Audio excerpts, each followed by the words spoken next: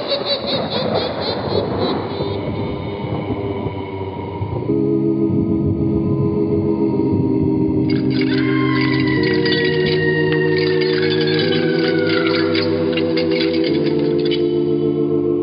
Mysterious Old Radio Listening Society podcast.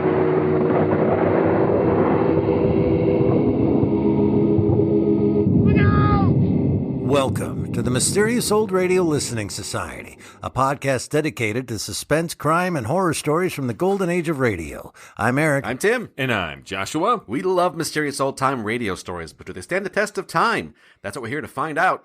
I chose this week's episode, Storm Over the Alps, from The Man Called X. The series featured Herbert Marsall as Ken Thurston, a.k.a. The Man Called X, an international espionage agent who operated with the help of his sidekick, Pagon Zeldschmidt, played first by Hans Conrad and then Leon Belasco. The series began in 1944, but the end of World War II didn't diminish the show's popularity. Over the next 8 years, it continued to produce tales of adventure and intrigue, originally on CBS, then the Blue Network, which became ABC, then NBC, and finally back to CBS. After its final episode on May 30th, 1952, The Man Called X was adapted for television briefly from 1956 to 1957. Herbert Marsall was no stranger to real-life danger. While serving in World War I, he was shot in the knee by a sniper, and as a result, doctors were forced to amputate his leg. Despite this, he continued to enjoy success as a stage and film actor. The series was directed by Jack Johnstone, who may be better remembered for his contributions to Yours Truly, Johnny Dollar, when it changed to a 5-days-a-week format in 1955. But today's episode is 6 years prior to that. From The Man Called X, this is Storm Over the Alps, first broadcast February 29th, 1948. It's late at night, and a chill has set in. You're alone, and the only light you see is coming from an antique radio. Listen to the sounds coming from the speaker, listen to the music, and listen to the voices. You're twice as sure with two great names, Frigidaire and General Motors.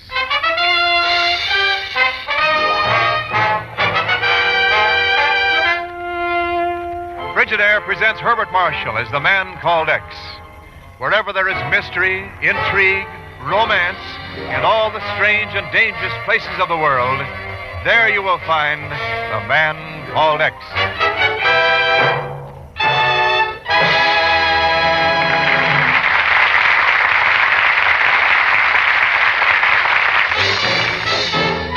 More Frigidaires serve in more American homes than any other refrigerator.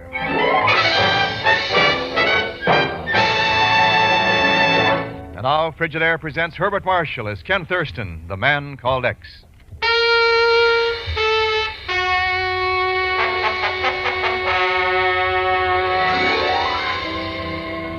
Shouldering upward into the clouds, looking out over the plains of 4 countries of Europe, are the great tumbled ranges of the Alps. Birthplace of the wind, a Roman poet once called them, those high mountain valleys of Switzerland. And so they are even today, birthplace of the wind. But when The Man Called X is concerned, they can also be the birthplace of death, which is exactly what 2 men are talking about in a hotel room in Paris. No, sir, Ken, the whole thing's a frame-up, and it's too dangerous. You ought to know that. Maybe so, Chief. What else have we got to work on? Yeah, millions of dollars in counterfeit United States bills pouring into France and Italy, and after 10 days over here, we haven't been able to turn up a lead. This may be the lead. Chief, I know von Ormstein. I know his work. He made the plates these bills are being printed from. There's no question about it. Well, that still doesn't mean you've got to accept his invitation to Switzerland and get yourself killed. No, it's just that I think he's conceited enough to believe he can get me up there and convince me he's really going straight. Well, you know he might be at that. The Swiss authorities didn't find a thing when they raided him. He never has any visitors and never goes anywhere himself. Ken? Maybe he has retired. You want to bet? Well, he seems to be a pillar of the community up there. Even a check on his outgoing mail hasn't turned up anything. Outgoing, eh?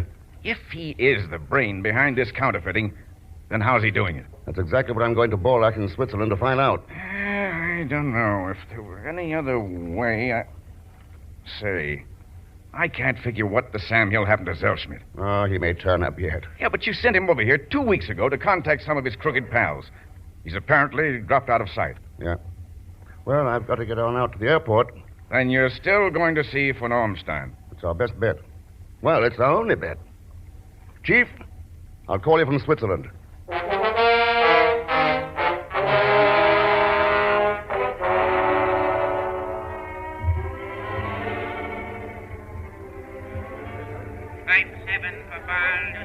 Interlaken and Geneva, making up on a ramp. I'd like to pick up my ticket, please. Reservation on the next flight to Geneva. The name's Ken Thurston. Oui, Monsieur Thurston. The plane to Switzerland. I'll look for it right Wait a away. second. Monsieur? I'll be right back.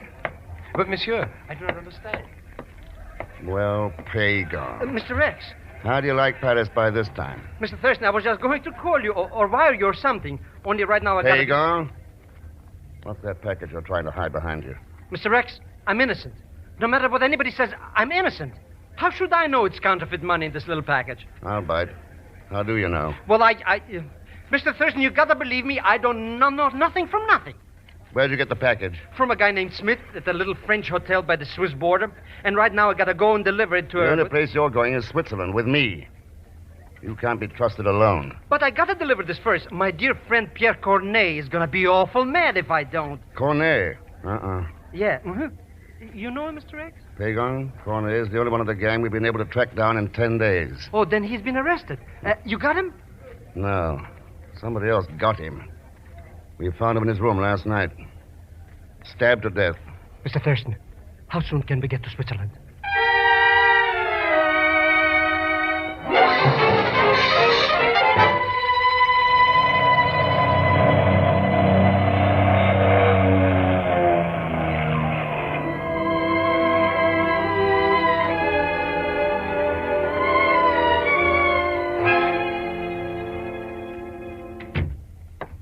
Again, gentlemen, is my study, which, of course, you've already seen. Yeah.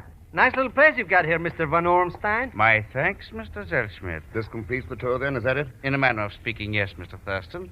Now, please consider yourself at liberty, however, to look through any part of the grounds or through the chalet itself at any time you wish. Thank you, Mr. Von Ormstein. I only wish to convince you that I am no more than I seem, a man who has now retired from what may have been at times a somewhat evil life. I see. By the way, I've been noticing your radio over there. Quite a powerful transmitter, isn't it? Oh, fairly so. As you know, I've always been interested in amateur radio, though I seldom find time to use it anymore. I'm glad to hear that. A man could open it up once in a while and send a quick message in code without much chance being found out, huh? Yes, I suppose one could. Just look at that view, Mr. Thurston. Mountains all over the place. Waterfalls. Boy, what a spot for a vacation. How did you happen to pick Switzerland, Mr. Von Ormstein, when you decided to retire? Well, it's a beautiful place and out of the way. My sister has owned this estate for many years, you know. Your sister, eh? Yeah. I'd like to meet her. Certainly. I'll go find her now if you'll excuse me. I'll only be a moment. Pagan, get over there by the door. Listen for anybody coming. Okay, Mr. X. What are you going to do? Take a look at this telephone. Von Ormstein was listening on it first time he came in here. When he saw me, he hung up without saying a word. Something screwy about that. Mm-hmm. Line goes under the edge of the desk here. You found something, maybe? Yeah. The way switch. Let's see what it does. And probable light snowfall to be expected in the Jungfrau sector after 9 p.m. tonight. Mm-hmm. Present wind velocities over this station are as follows. At 1,500 meters, none. At 2,000 meters, 8 to 12 kilometers per hour. Direction variable to all points. Predict falling velocities of wind at all... You're Miss Von Ormstein, aren't you? Yes. Yes, I am Nashka. Mr. Von Ormstein is my brother. What are you doing here? We're visiting your brother. Oh, you shouldn't. You should go away now. That would be the best thing. Yes, really it would. What? Come now, Miss Nashka. Go away and miss all the lovely things to see around here. Oh, yes. Yes, they are lovely, aren't they? Have you seen them all? The covered bridge and the rock garden and the weather station? The weather station, where's that? Up there on top of the ridge, Mr. Thurston. Mr. Von Ormstein. Any reason why you should be particularly interested in it? Oh, I'm interested in meteorology, that's all. Any reason why I shouldn't be? No, of course not. Nashka, I've been looking for you. Mr. Thurston's a kind of a policeman, you know. You mustn't tell him any of our guilty secrets. Oh, I've only been talking about the beautiful scenery here. Yes. And our waterfall, Mr. Thurston. I call it the Rhinemaiden. You must forgive her imagination, Mr. Thurston. Its real name is the Zorkjalen. But I like Rhinemaiden so much better. It's easier to pronounce, too. Mr. von Ormstein, how does one go about getting up to the weather station? Well, there's a trail leading out of the valley here, though I hardly think you would find it interesting. Oh, I don't know. I can't think of any better place to find out which way the wind's blowing.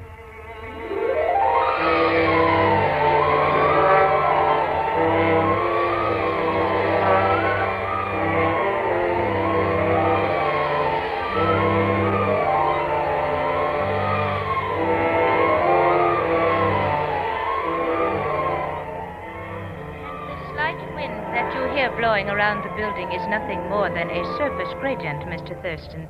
300 meters over our heads, the air is standing in a very dead calm. I happen to be the... What is the matter? One other thing, I'm listening. Only I'm still surprised at finding a girl up here, Miss Rayner, running this station all alone. Oh, yes, but I love it. It is the most beautiful view in the world out across those peaks. I can see half of Switzerland from here. Ha! Makes me dizzy just to look down. Would you like to see some of the wind maps? Yeah, very much. Here we are. This happens to be one of the very few spots in the world where wind velocity and direction is entirely predictable. Mm-hmm. Oh, yes, and quite dependable, too. You see this one here. It is a wind that blew steadily for 3 days earlier in the week, straight into eastern France. I see. Miss Rayner, what about reports? You phone them in somewhere? Oh, yes, to Geneva 4 times a day. Uh-huh. Any chance the phone line could be tapped? But I do not understand, Mr. Thurston. Who would wish to do anything like that? Miss Rayner, aren't you forecasting a dead calm overhead for the next 48 hours? Yes, but... Good. Now, listen. I want you to contact the authorities in Geneva and give them my name. What? Ask for their permission to cooperate with certain instructions that I'll give you later. You got it? Yes, but I fail to see what... Never mind, you will. Come on, Pagon.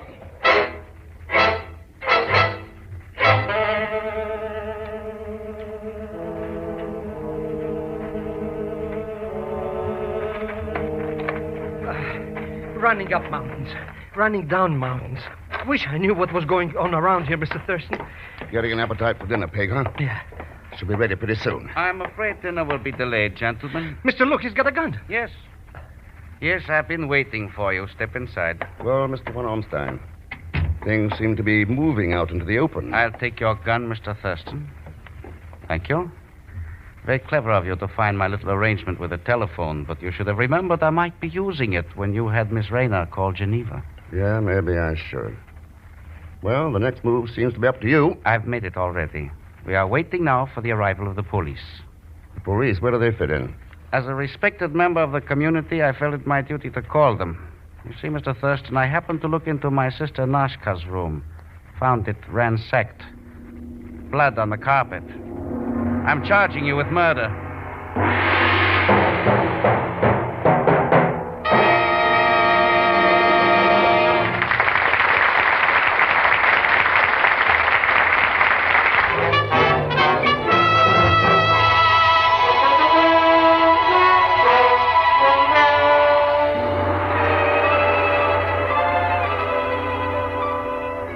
And now we continue with Frigidaire's Man Called X, starring Herbert Marsall.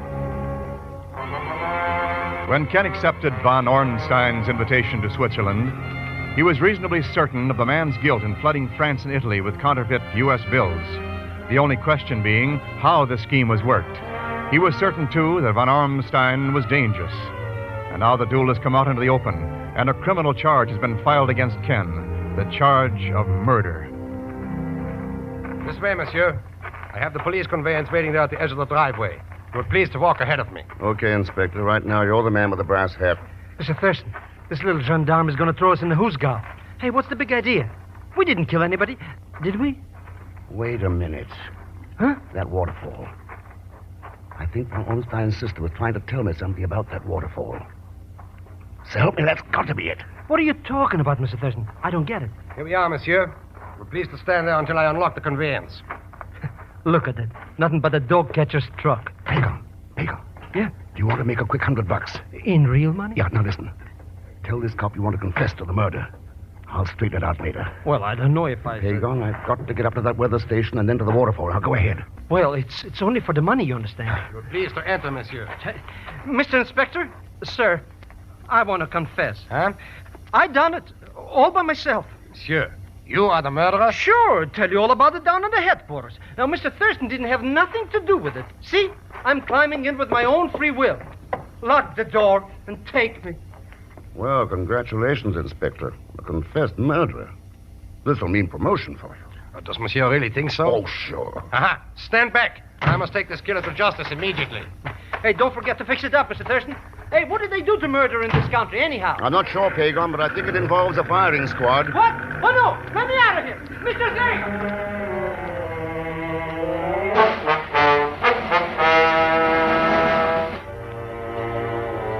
If I understand you correctly, Mr. Thurston, you wish me to send this false weather report over the telephone in place of the real one. Is that it? That's right, Miss Rayner. The people in Geneva said to follow my instructions, didn't they? But this report is not true. It is not true. It predicts a 40-kilometer wind blowing into northern Italy for the next 48 hours. Actually, there will be a dead calm during that time. I know, but there's a good reason for it. Now, excuse me. I've got a date with the waterfall.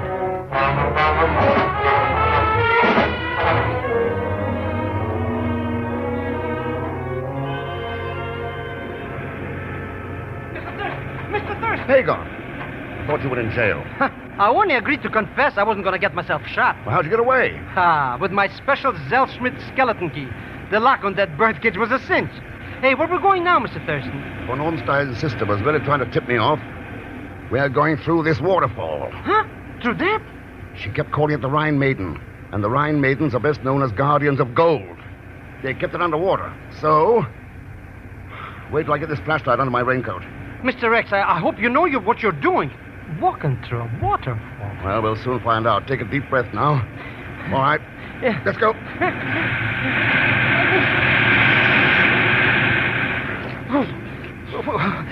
Where are we now, anyhow? I don't know. Let's try the flashlight. There. Mr. Thurston, look, it's a cave.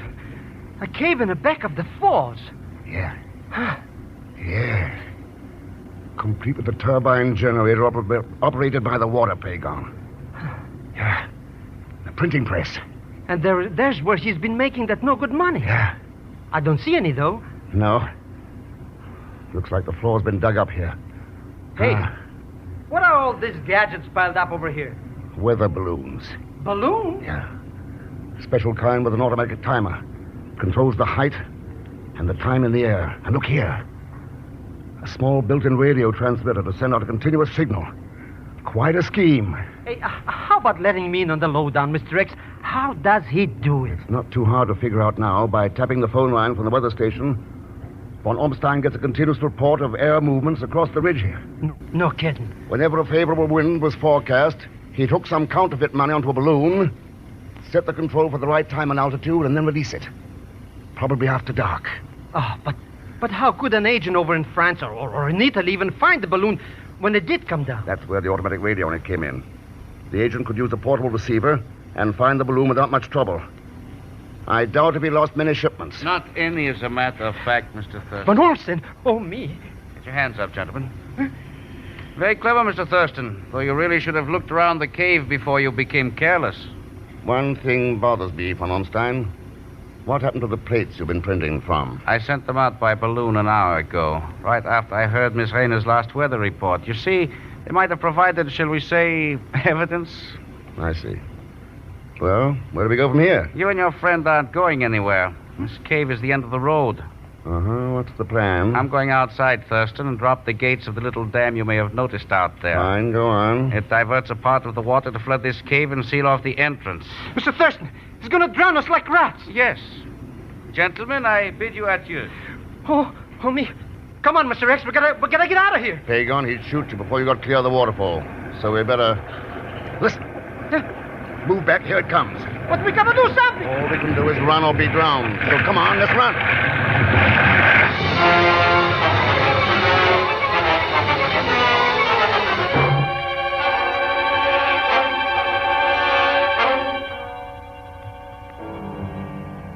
I can understand your concern, but I've already told you that Ken Thurston and Mr. Zellschmidt haven't been heard from since they left to go hiking 2 days ago. Yeah, von Ormstein. Now, suppose you listen to me. I warned Ken about that invitation of yours before he left here. If you don't have him on this phone in 30 minutes, I'm coming up there and tear that joint apart. I can understand how you must feel, sir. As a matter of fact, I was beginning to worry a little myself. I'm planning to send out a search party. Oh, search party? It's no job for a search party. You know what's happened to him. I'm sorry, sir, but I really don't know what to say to you. After all... Suppose you let me talk to him. Thurston. Huh? What did you say? You thought you bumped us off, didn't you? Pigeon. I'll take that phone, von Ormstein. Thanks. Keep your hands up. Go on, move back. Hello, Chief. Ken, what the Sam Hill's going on up there? Never mind. Everything's okay now. I'll call you later. Yes, but why didn't you... How did you get out? Oh, the cave opens on the surface a couple of miles back of the ridge. I thought it might when I noticed a current of air blowing through. All right. So you've broken up my scheme. But I got the plates sent off, and without them, you have no case against me. I have the plates. You're bluffing. They should have been picked up by my agent in Italy nearly 2 days ago. Yeah, and they might have been. If you hadn't sent them up in a dead calm. What? Oh, the balloon went up all right. And came down. Over here on the ridge, about 2 miles away. Pagel and I picked it up after we got out of the cave this morning. But the weather report. You can't always trust the weather report. Especially when it's been tampered with. You still won't convict me. You can't prove I ever used the plates. Somehow I don't think the court's going to worry too much about counterfeiting. They'll be trying you for murder. My sister? You can't file a murder charge without a body, Thurston. I got a pretty good idea that when we drain that cave and dig up the floor, we'll have a body, von Ormstein. You want to bet? You're not going to take me even if I... Go back here, too. Ha! Right on the button, Mr. X. Colder than a mountain climber's nose. Ha! Well, that takes care of that. Yeah, Pagon, that takes care of that. Until the next time. And there'll be a next time. Other men like this one. Men who can live right in the shadow of eternity. Look up every day of their lives at that clean white snow on the peaks. And still wallow in greed and prejudice. Hate. What's the matter with us anyway? Aren't we ever going to grow up?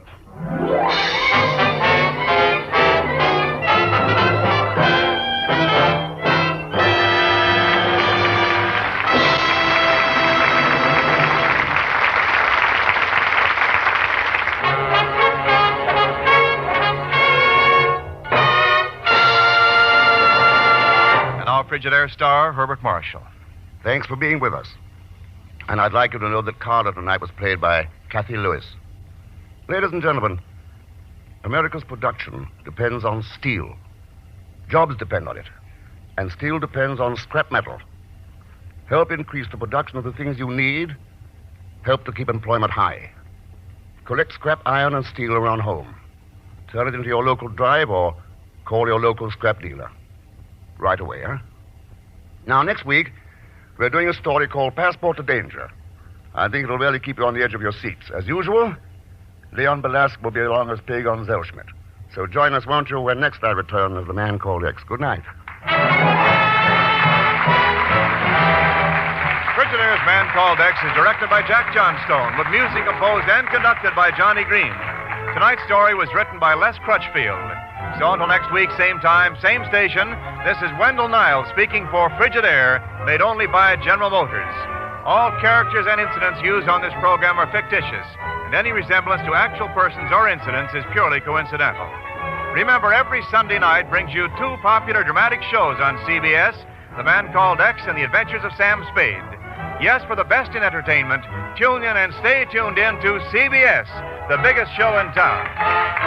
This is CBS, the Columbia Broadcasting System. That was Storm Over the Alps from The Man Called X, here on the Mysterious Old Radio Listening Society podcast. Once again, I'm Eric. I'm Tim. And I'm Joshua. So that was my selection this week, and I have so many things I need to tell you both.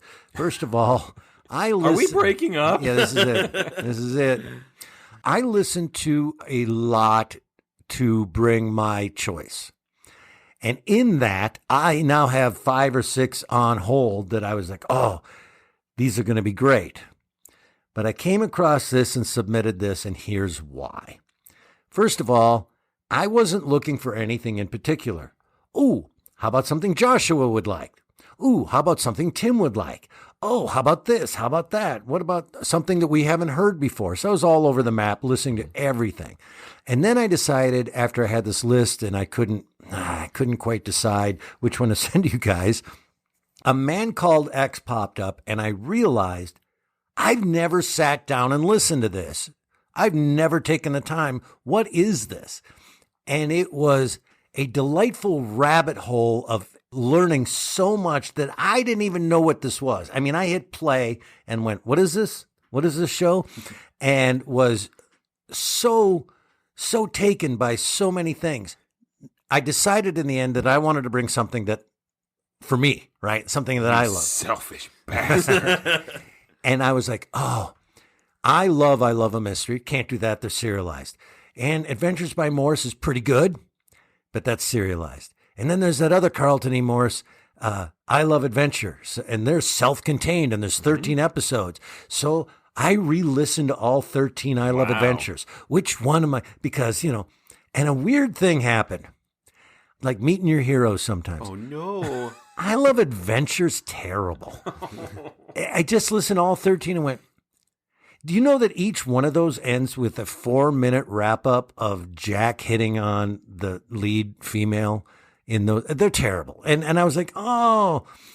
Because when 13 tries at it, 4 minutes each, and he's like, right. I don't think she's going for me. Well, and each one ends with, it's going to work. And then someone shows up and says, you got another assignment, and he has to leave the woman. So he could just go for 4.5 minutes and be in the bag. Right. I know we're off topic here, but kind of, except I'm wrapping this back around. Now, I love a mystery. I love Carlton E. Morse and the writing of that, and a lot of them are missing. So we want, as I Love a Mystery fans, please someone discover these so I can hear more of these. But there isn't. So you go to Adventures by Morse, you go, okay, that'll help. And then you go to I Love Adventure, and okay, that's some phoned in stuff. And I have been desperate for a long time to find something that fills that void of that style, right? So I'm listening to this, and I went, could it be? Could it be that I've accidentally discovered this someone that writes in that style? And I listen to a bunch of them. I'm going to tell you something. Wow, they're so good. They are so up my alley. Now, when I say they're so good, I realize what they are. They're not, deep pieces of layered storytelling. Quite a pedigree. Right. Anyway, point is, I was so excited to find this, and as I listened to more and more, I kept waiting for it to be like, okay, this is terrible. And it wasn't. Next, I was also then fascinated by the lack of information that's out there about this really popular show. The Shadow Companion, everything you know about the Shadow. I Love a Mystery Companion. Like, there's a book some nerd has written about everything that was. I think the Green Llama has a book. There is no information about A Man Called X. Very few print ads, that you can find from newspapers. There's very few pictures from it. There's no giveaways, like the Man Called X ring. Like, there's nothing out there about this show that was so popular. And we, in 8 years of doing this, or however long it's been, we've never talked about it. It's never been brought up. It's never been a recommendation from a listener that I know of. How did this get under our radar so fast? And then the last thing, then I'll be done with my monologuing. I am so excited either way to find out what you guys thought of this. I am busting. Here's my guess. Well, it definitely is an Eric thing. So that's everything. That's how this came about. Oh, and I can't wait. These episodes I found from these other shows. They're gifts for you too. They are absolute gifts. SF68 from South Africa, by the way, is on my list of. That's a cool show. Yes. I discovered that by accident. Anyway, go. One, although there's a lot to really like and praise about this show, Herbert Marshall. I love him. Yeah. I love him to bits. I could listen to him do any kind of storytelling, and he's just ideal for this character, and he really, really shines and made me enjoy this a lot. This show has come up with our patrons. We should recognize that. A lot of them have recommended it. I think it has been thrown out a couple times, and we've never listened to it on one of our Patreon happy hours. So I think always responded, "Shut up, stupid." So I think there will be some patrons at least listening who are very happy that we have finally featured it. Smug. I told you. Well, first of all, okay, yes, I did listen to this and just smile the whole time because I thought this is just Eric crack. And yes. I have never listened to A Man Called X either, so this was my first time listening to it. It's interesting that you bring up I Love a Mystery, because the first thing that struck me is that the quantity of exposition at the top felt like I was tuning into the third part of a serial. It comes so fast and furious. And I'm on the fence of that. I think ultimately it is a good thing and it gets the story where it wants to be really fast. But I honestly went back to the website and looked and made sure, because I saw it was 21 minutes long. It's a little shorter than usual. I completely thought after listening to the first 5 minutes that I had missed a part of it. And then as the story goes on, you go, okay, yeah, this is the equivalent of the James Bond talking to M. Yeah. And this made me think a lot of James Bond. Very much so. He is kind of a sexless, super humorless James Bond, The Man Called X. And we even have a strange villain lair, like behind a waterfall that's rigged to flood in case of an emergency. So it came up a lot when I was listening to it. And I have not enough knowledge of the spy genre to know if this was grabbing those new tropes and running with them, or if it was helping to create them. So the very little information I could find on this, which again, someone write a book, please. I couldn't find interviews. I couldn't find, you know what I mean? Like there's nothing out there. It's definitely before Ian Fleming wrote the first James Bond yes. novel, though.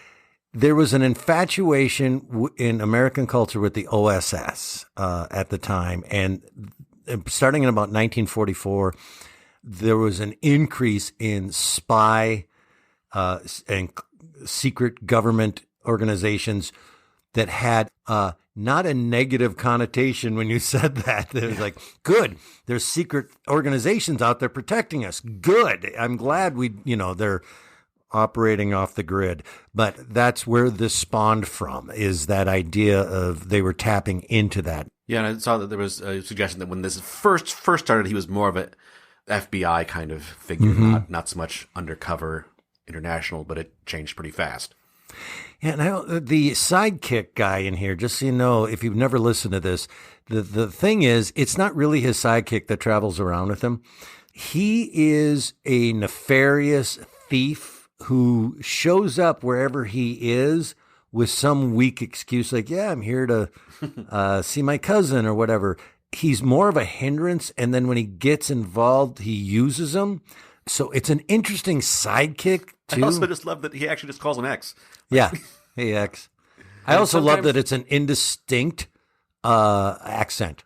Like, it doesn't really come from anything. Like, I can't even picture it. Also, you need to know that Pagan adapts the accent of wherever he is as his undercover. So in this one, you actually hear like what his real quote unquote character's voice is. He's not really doing that, but there are some that, don't really stand the test of time with that accent. But I love that concept. Look, this is something that I would write. My Shades Brigade or my Floor 10s. This is right up my alley. Yeah, weather balloons, dropping counterfeit things, like all of it, secret waterfall layers. God, I love it. It's exactly what I would write. And I was astonished how easy it would be for someone to listen or read my writings and accuse me of plagiarism. I had never heard this before. Secret government organization, code names, all of it, infallible heroes, all of that it's like I listened to all these and wrote my own. And so I was a little taken aback by that. I loved the plot progression and writing of walks in, notices that this guy's on the phone, puts it down, sneaks over afterwards to pick up the phone. Here's the weather thing. It conveyed so much information without having to stop and explain anything. I also love how they directed, produced, and acted that scene.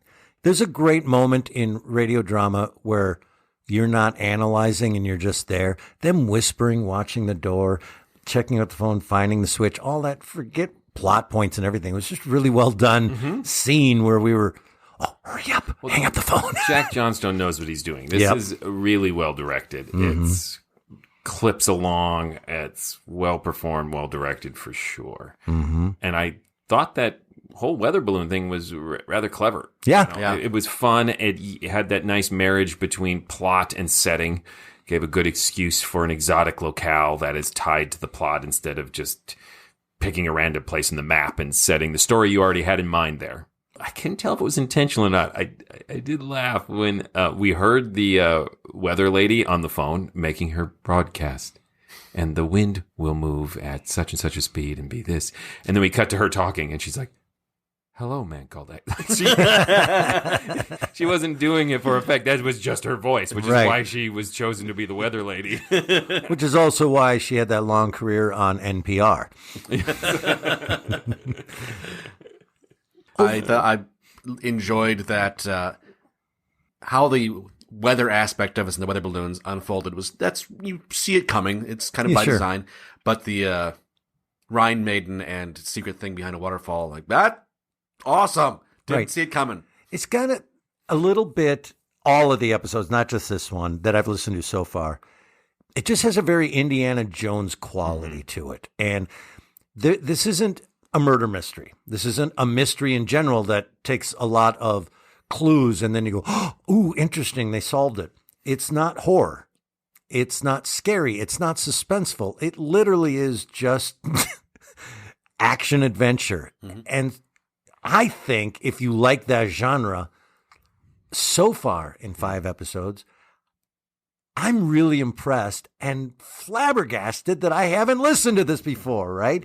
My question to you two is, do you like that genre?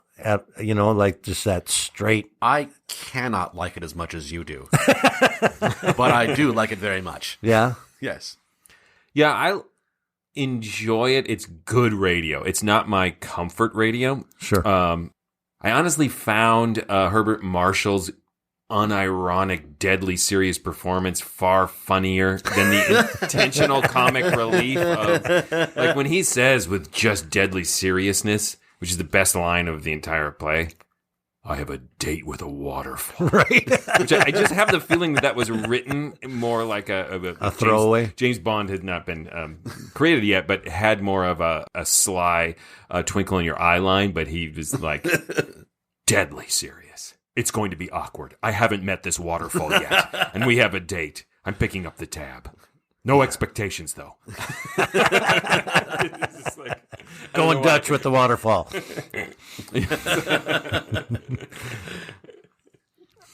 and his monologue at the end, he goes from counterfeiters to like everybody grow up, living in the edge of eternity.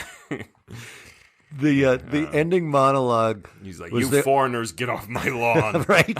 The ending monologue is the only part of this I was like, okay, you could have wrapped this up without chastising us all. And when are we gonna grow up? And everybody's like, yeah, we need to grow up.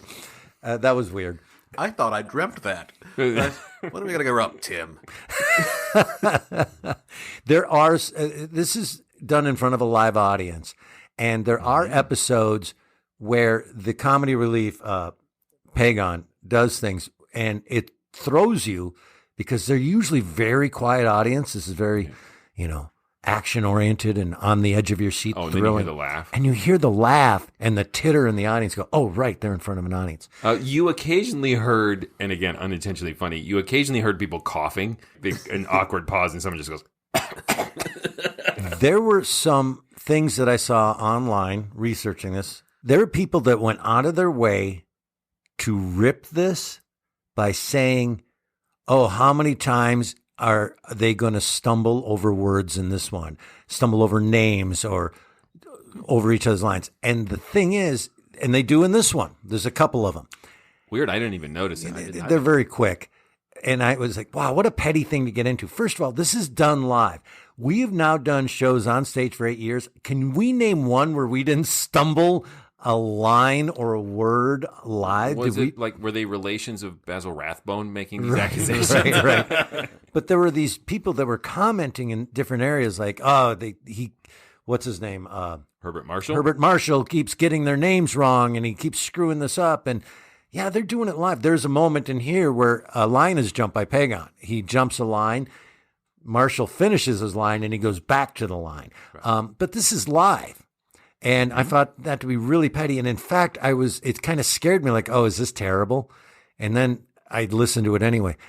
And then were you taken in as much as I was by the score and the music? I was blown away by the musical score and the live orchestration, and it sounds like an epic movie is going on, and I just loved it. I don't know that I tuned in that much, but music is one of those things that I tend to...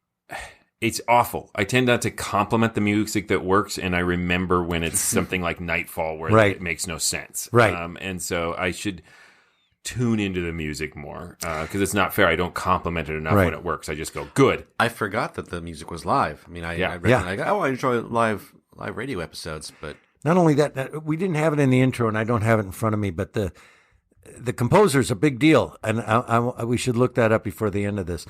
He's a big deal, and I can't remember his name. Jerry Goldsmith. Is it? No. I don't know. Oh. I can't remember. He did a lot of radio and later did a lot of movies, so he's always my go-to for a music composer guest. Every show, original score. Oh, wow. And I'm sure there's things they pull out of their sack of tricks, like, do this D minor into an accented, I'm making up things. But cool, right? Yeah. I was taken in by the music. I hear music a lot in all shows, be them TV shows, movies, radio shows. Music can greatly affect me, and when it's good, I hear it, right?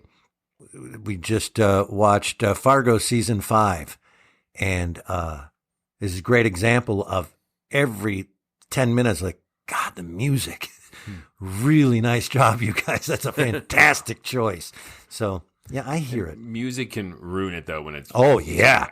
And when when it tells you how to feel, particularly. We're in an era, I think, of really bad music in television. So when it's good, it stands out. Because I agree with that. More into sort of like it just constantly wants to tell you how to feel in every moment, which always irks me. Don't tell me how to feel. Fargo season 5 yet? I've not seen it. No. I missed some seasons, so I feel like I want to see the seasons in order, but I know it's... We're way off topic. Let me just say this quick to you and all the listeners. You can pick up any season of Fargo and watch the whole thing and not know what happened in the season. You're talking to a nerd, Eric. Yeah, Tim, I know it's the same with True Detective. I still I'm going to start at season 1. I've only seen season 5 of Fargo. Anyway, moving on. Music's great. You've listened to a number of these. Yeah. Does this have a lot of commercials excised? Is that why it's 20 minutes, or did they change the great question when they moved to other networks? Some go to 27 minutes. Some are 21 minutes. They're all over the map. I have no explanation for that. A lot of commercials, possibly. Do the longer ones have commercials that this didn't? Remember? This was a Bob Hope show replacement for a summer replacement before it caught on. There's a possibility that they were doing shorter versions for different time frames or different years. But again, there's no information on the show. One of the most popular radio shows ever. Why is there... Oh, grab the Encyclopedia of Old Time Radio behind you. Get it, Tim. In case anyone didn't pick up on the microphone, Tim made an excellent old man sound as he reached for the Encyclopedia of Old Time Radio. While you're looking it up, one of the reasons it struck me as being shorter is that and maybe it was just me, it seemed like if they'd had more time, there were a couple exciting action scenes that they skipped over. Like we could have seen the murder of the sister or the murder of Pierre, who's mentioned as at the top, kind of as a throwaway joke to get Pagan on board, or even spend a little more time with them trying to find their escape from the waterfall. That just struck me in a show that's about action and adventure that they skipped over some potentially exciting scenes that would be rich with sound and different dynamics than what we've been hearing with the actors. And I wondered if that was for time. It seems like a time thing. Them going through the waterfall, I thought was great. Although I kept thinking, physics of a waterfall, I bet you that really hurts. And if it's heavy and probably beats you to the ground. I don't think a waterfall is like a shower. Have you ever been back behind Minnetonka, like Minnetonka Falls? Oh, you can do that? There's a path, yes. Yeah. Oh, I didn't know that. You can do it in the winter when it's frozen. Wow. I've done that at Gooseberry Falls. Oh, such Minnesota talk going on right now. This will all be cut. So which waterfall have you climbed behind? So, yeah. That's where I buried somebody. Now, back on topic. Even in the Encyclopedia of Old-Time Radio, the segment on the man called X is relatively short. It's only a few paragraphs. It just might be that it is what it is. It doesn't have a lot of anecdotes attached to it. Gordon Jenkins. Oh, yes, he worked with Sinatra a lot. Gordon Jenkins did all of Sinatra's sad albums. Yep. Gordon Jenkins did the music, so I knew it was a big shot. Stop laughing at Sinatra, Tim. Albums. I'm so sad. Oh, I don't feel good. Only for the Lonely, Closing Time. They really are what Tim just did. They're like the song version of musically. They are incredible works of art, but I also brought this to the table because I thought it'd be a nice diversion a little bit from, we do suspense, crime, from and horror. Crap you guys like. Just to throw in a regular old adventure thing. Yeah. To me, if you say, what is the stereotype of what you think of when you think of old-time radio shows, right? I now know after 12 years of whatever we've been doing this, I now know there's a whole lot of audio drama out there. But stereotypically, when I think about it, and the capsule I put it in, the parameters of platonic ideal of a radio episode. This is it. This is old-time radio to me. This is what got me on board in the first place. Well, maybe we should vote. Sounds like you're coming into the voting barn. That doesn't work. Really walking behind the voting waterfall.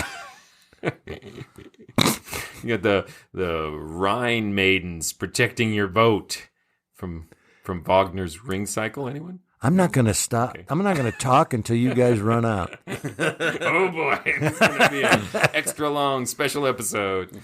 This is classic, stands the test of time. It is wonderful. It is a warm blanket of everything I love. And yes, we have some episodes of some things that I discovered that you guys, that aren't this. But there will be more A Man Called X coming to our podcast. Awesome. In fact, I would like to propose the next year is just A Man Called X podcast. A year called X. Yeah. Yeah. It was going to be called The Man Called Something Mysterious and Cryptic that draws unwanted attention, but they just shortened it to X. It's The Man Called 10. Oh, come on, you guys.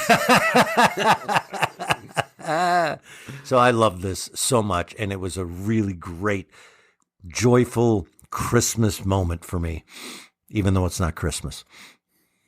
I think this abundantly stands the test of time. It's super fun, well produced, well performed. All the bits and bobs are awesome. I don't know why it's phrased like that. I won't call it a classic. I don't know that this is leaping to a must listen. If you're going to listen to one radio episode, I'm just saying it's not a classic. I don't have to justify You're sort of redefining classics so that this couldn't possibly be a classic. That's what I'm trying to do. I'm trying to get myself off the hook for. So I guess you don't love Eric. Wow. This is how I find out. But it's excellent and stands the test of time. Yes, it definitely stands the test of time. They're still cranking out spy thrillers like this. This is a standard genre. It's well done. It is not my go-to comfort thing, so I don't quite have the joy you have, but I can totally recognize that this is a well put together piece of entertainment. And it has that quality. You can see why it ran for a long time. That I've heard one episode, and you feel confident that if you want that warm blanket, if you want that kind of background entertainment, you can be very confident you're going to have this quality. Yep. It's not going to, blow your mind, but it's not going to drop below a certain level with these talents, that it's just going to be good adventure fare straight through. And I would totally be curious to listen to more. It is a tutorial in Carlton E. Morse's style. It really is. It's very similar. For sure. Like I said, I thought it was a cereal. Right. Tim, tell them stuff. Please go visit GhoulishDelights.com, home of this podcast. There you can comment episodes, you can vote in polls, you can send us messages, you can communicate in a wide variety of ways. You can also link to our social media pages. You can visit our online store and get some swag, and you can link to our Patreon page. Yes, go to patreon.com/themorals and become a member of the mysterious old radio listening society. Why are you talking like a robot? It's so exciting just because I can't get those What's the weather words like out. in the Alps? The weather in the Alps will be cold and blowy. It will be friendly to counterfeiting. Yes, go to Mysterious Old Radio Listening. No, go to patreon.com/themorals and become a member today. And if you'd like to see the Mysterious Old Radio Listening Society Theater Company, that's us and the talented and amazing Shannon Custer performing live audio drama on stage. We perform somewhere every month, and you can come see us doing recreations of classic old-time radio or a lot of our own original work. And you can find out where we're performing, what we're performing, and how to get tickets. Just go to GhoulishDelights.com. And if you can't see us, you can't make it. If you're a Patreon, we film them, or at least have an audio version of those live performances that you can see because you're a Patreon or listen to. All right. What are we doing next? Next is an episode of my choosing. I don't know why I laughed menacingly, but we will be listening to an episode of Lights Out entitled The Coffin in Studio B. Until then. Look out! Anyway, point is, I am now listening to these. Like, this is my go to bed. I was doing, what's that? Heroin? Yeah, I was doing heroin. And that didn't go well.